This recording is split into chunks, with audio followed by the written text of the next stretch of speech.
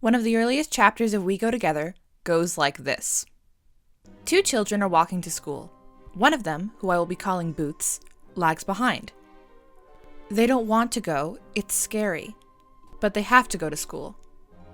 Their friend, Burrow, doesn't want them to be scared, so they come up with an idea.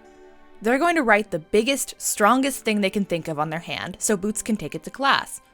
But they've got to keep it hidden until they need it, because the longer they wait, the stronger it'll be. School is scary.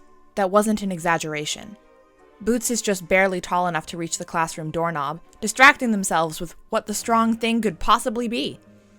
Inside, the teacher, faceless, towers over the students, writing nonsense on a chalkboard so high it requires stairs to access. All around them, the students are faceless too, matching papers with drawn-on expressions covering their heads. Suddenly, the teacher's attention comes to Boots. "You," it declares. "What is giraffe?"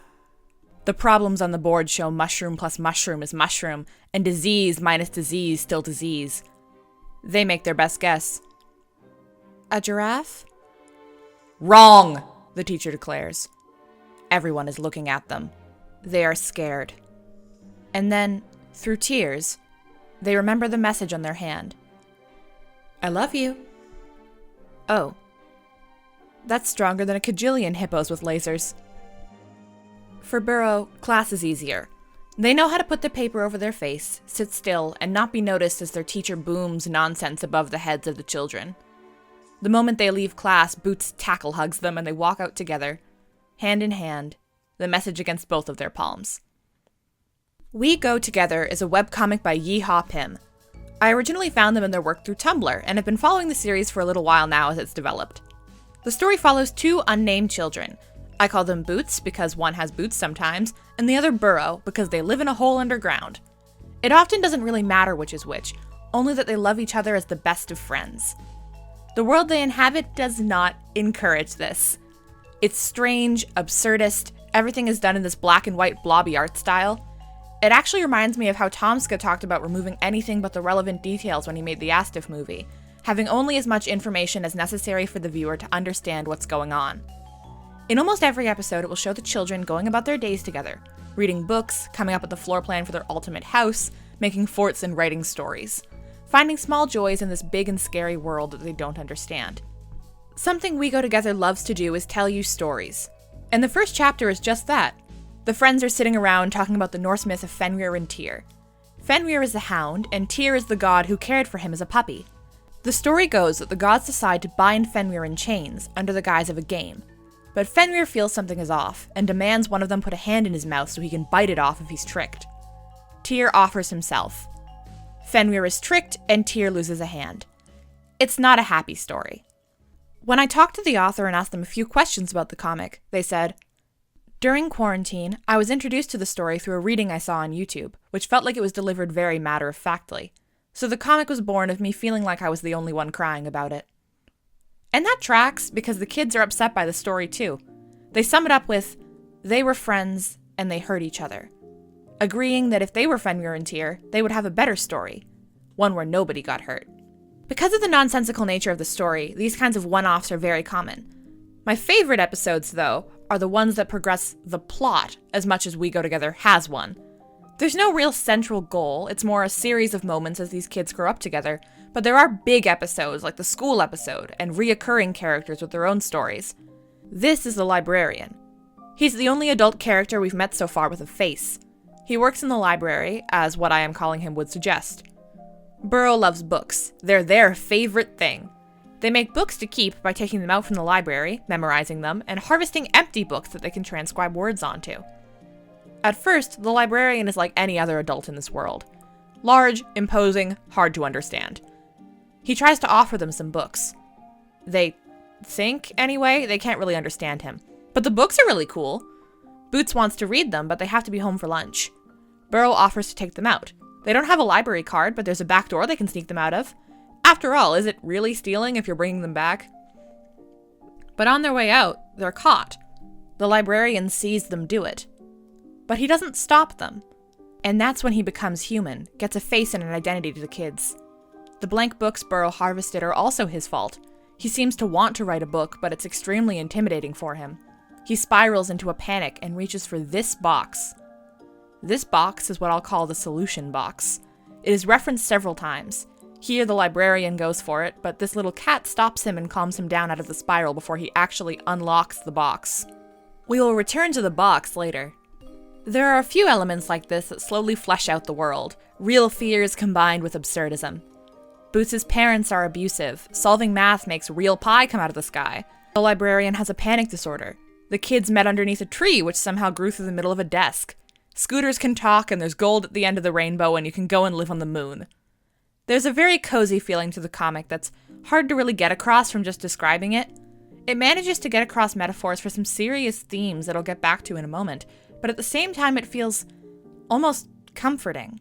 There's a certain safety to the fact that the two main friends will always be friends.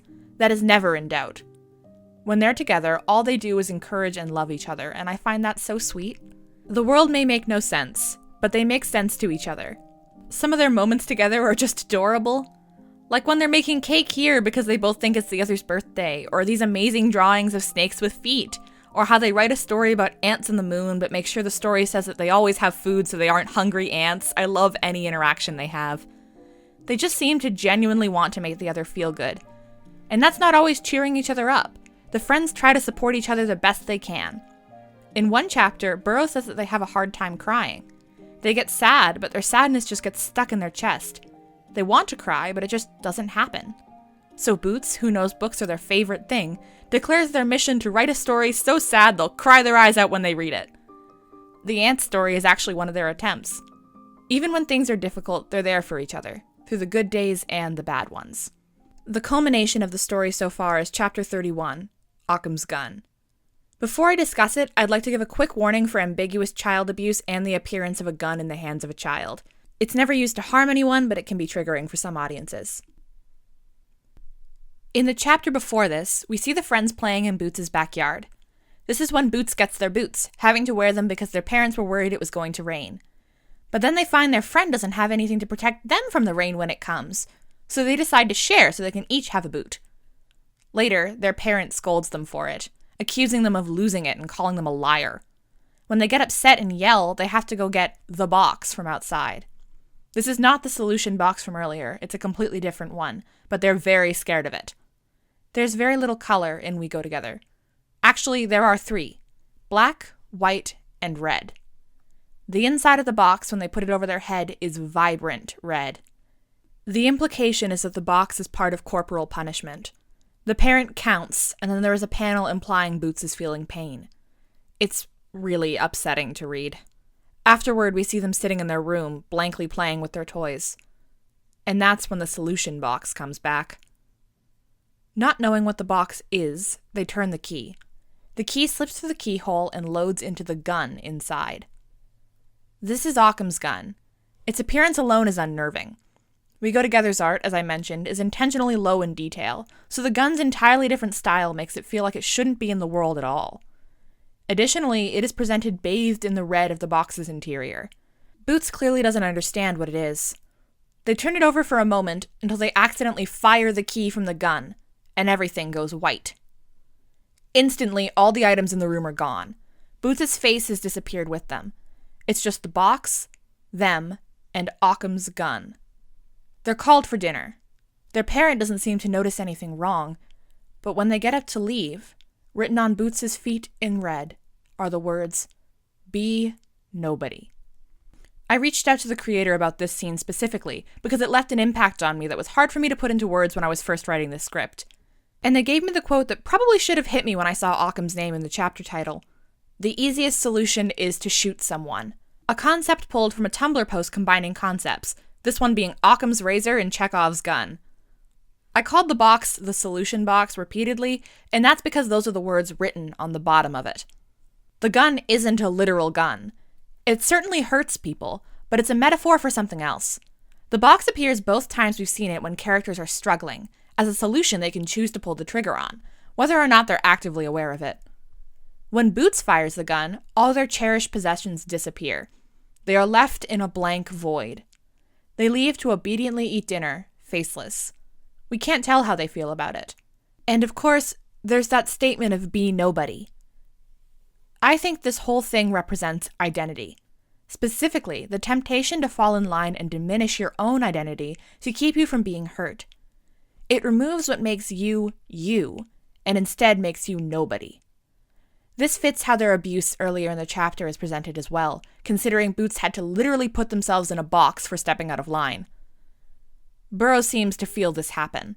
They panic and run to their house, discovering what happened to their friend. They try to talk to them, but their words aren't coming through, much like how the adults were shown earlier. But it's not hopeless. Scrunched up in their hand, Boots has the drawing they made together. Early in the comic, they were planning to make a house on the moon where they could both live, and that made it through. Burrow tells them to wait for them, and uses the boot they were given to cover the nobody foot, leaving it as just B. Burrow goes off to the moon to their house, where all the things that made Boots Boots went when the gun was fired. Burrow cries when they reach the moon, because this is their dream, and they can't be here yet. They're not grown up, they can't take care of them the way they want to, and that's not fair. But is it fair for them to ask they find a different solution than being nobody, if being somebody hurts them? But Boots' boot answers this question for them, hopping off the moon. They gather all their friends' things and chase after it. When it gets back to Boots' house, it covers the other foot and Boots springs back to life, declaring they're going to take care of Burrow too.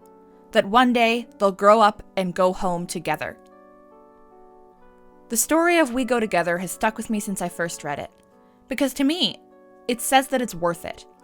It's worth choosing to be someone and be with people who love you.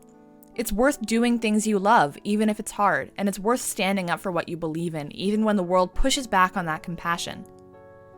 When I talked to Yeehawpim, I asked about their influences for the project, and they told me that when they started writing it, they were going through a time in their life when they felt like they were learning to believe in positive things, and I feel like that sums my feelings up beautifully. It makes me believe in positive things. Go check it out. It takes about half an hour, 45 minutes to read in its entirety, and I'll be leaving a link in the description to the comic so you can read it for yourself. It's such a sweet story, and I hope you enjoyed me talking about it today. That will be all from me, so don't forget to like and subscribe on your way out. As usual, if you have any recommendations for me, or if you've read the comic and want to tell me about it, please leave it in the comments below. I always love to hear it. In the meantime, thanks for watching, and good night.